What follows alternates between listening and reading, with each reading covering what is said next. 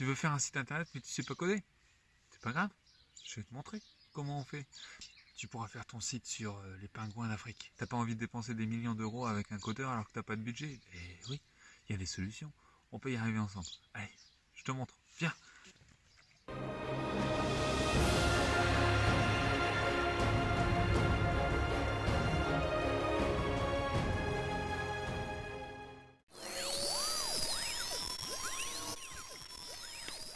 Alors, le meilleur moyen pour toi de créer un site internet, c'est ce qu'on appelle les CMS, Content Management System. Voilà, ça te permet de faire des sites internet faciles et sans avoir besoin de coder, encore une fois, et qui coûtent pas trop cher au final, en tout cas beaucoup moins cher que de prendre un développeur. En tout cas, dans les premiers temps de la création de ton entreprise, investir sur un développeur, c'est vrai que ça peut coûter cher. Mais avec ça, tu apprends et tu deviens autodidacte de la formation. Il faut que tu saches qu'il y a deux types de CMS. Il y a les CMS open source ou les CMS propriétaires. C'est deux types de systèmes qui sont un petit peu différents.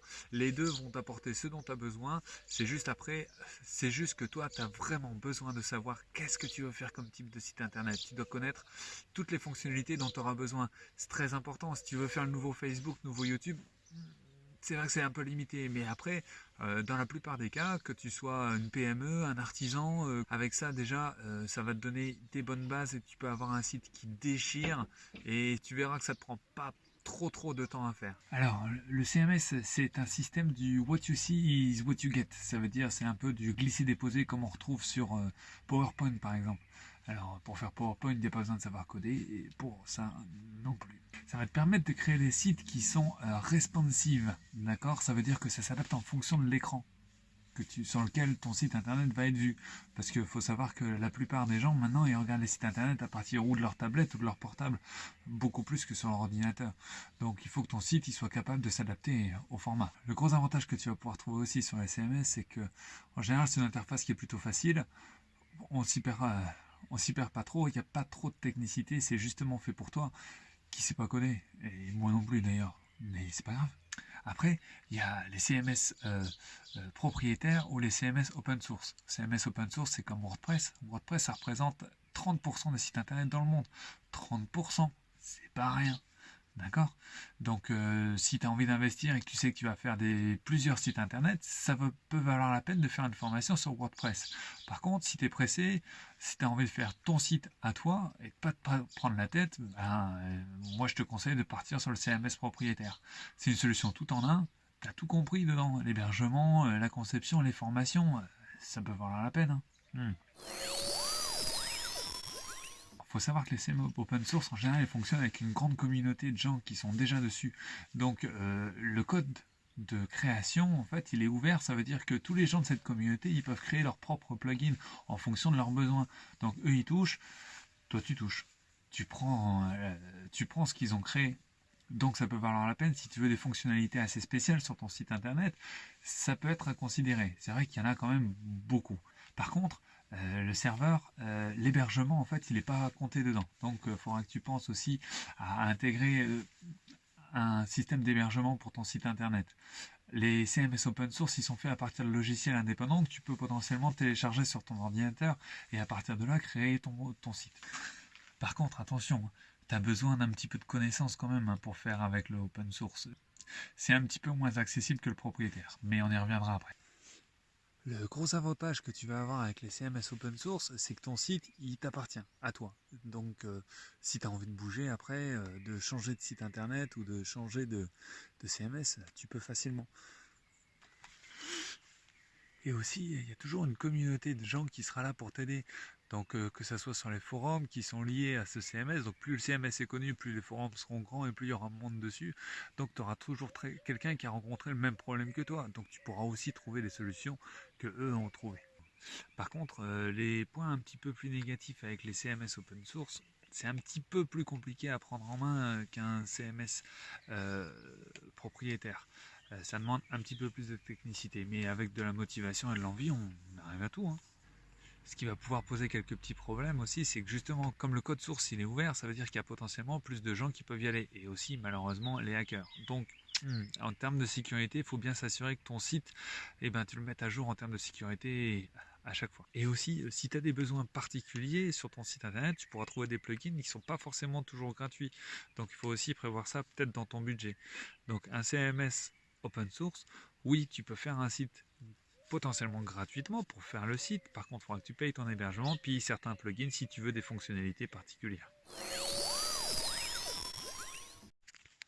Le CMS propriétaire, lui, c'est une solution tout en un. Donc ça veut dire que tu as tout qui est compris dedans. Hein, l'hébergement et tout ce dont tu as besoin pour faire ton site internet de A à Z.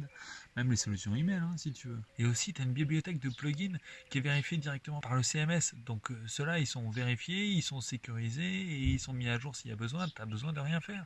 Ça se fait tout seul. Pour moi, le CMS propriétaire, c'est quand même ce qu'il y a de mieux si tu es artisan, si tu es photographe, luthier, pilote de drone, artiste peintre ou je sais pas, illustratrice complètement au hasard. Ce type de site te suffira largement, puisque ça te permettra d'avoir toutes les fonctionnalités dont tu as besoin et de facilement les mettre à jour. Tu mets tes créations, tu mets tes nouvelles commandes, tu peux tout mettre sur ce site et sans te prendre la tête. C'est-à-dire qu'en 5 minutes, tu mets à jour ton site internet et pas plus compliqué que ça. Pour moi, c'est quand même un petit peu plus facile sur le CMS propriétaire. Tout pour toi qui sait pas coder, qui sait pas faire un site internet, avec ça, tu auras l'impression de savoir en faire un.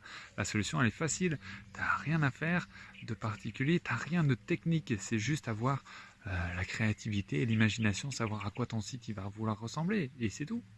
Par contre, il faut que tu fasses attention parce que quand tu fais partie d'un CMS propriétaire, ton site ne t'appartient pas. Donc, c'est-à-dire que si un jour tu veux changer, il faudra faire attention parce que ça va être peut-être difficile de pouvoir déplacer ton site internet. Ça peut être une opportunité aussi par la suite. Si je te le souhaite, ton business se développe et que tu as envie de changer, et ben, tu refais complètement ton site internet. Si tu as réussi, dans ces cas-là, tu fais appel à un designer et puis ça c'est fait. Et puis attention aussi, parce qu'une fois que tu es rentré dans le CMS propriétaire, tu as payé ton site internet, tu as payé ton 3W, et puis tu veux un mail, et ben faut repayer un peu plus. Tu veux une fonctionnalité supplémentaire avec plus de besoins, tu payes un peu plus. Donc il faut bien savoir exactement ce dont tu as besoin. Et alors maintenant, les grandes étapes avant de se lancer, hein, je te l'ai dit. La première chose, savoir exactement comment tu veux créer ton site internet. D'accord ? Tu peux avoir les idées de créativité et donc essaye de le faire comme tu l'as imaginé. La solution que je te propose, une fois que tu as bien choisi ce que tu voulais faire comme site internet, tu n'as plus qu'à te lancer. Regarde les comparatifs que tu trouveras sur internet sur les différents types de CMS et à partir de là, tu n'as plus qu'à faire ton choix. Et puis après, il n'y a plus qu'à. Moi, si j'ai choisi d'utiliser Wix, c'est-à-dire que je fais des sites internet pour des clients et en général, c'est des artisans, des PME ou des auto-entrepreneurs.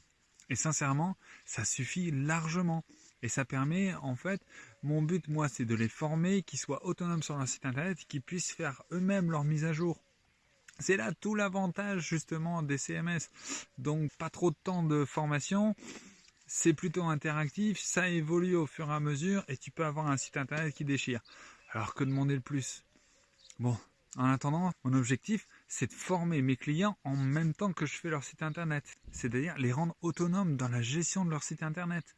Donc je reviens sur apprenons à faire seuls, ensemble. Et donc ça sera tout pour cette semaine. Donc si toi aussi tu as envie d'en savoir un petit peu plus sur les CMS, à partir de la semaine prochaine je commencerai une formation sur Wix pour te montrer un petit peu comment ça fonctionne, les fonctionnalités que ça a, comment faire ton référencement et qu'on puisse te trouver sur Google. Et d'ici là, confine-toi bien. Allez, ciao.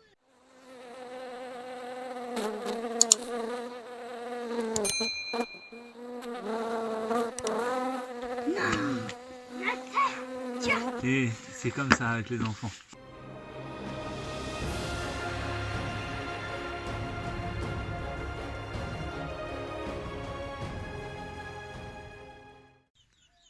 On va donner du dynamisme, un petit peu de patate.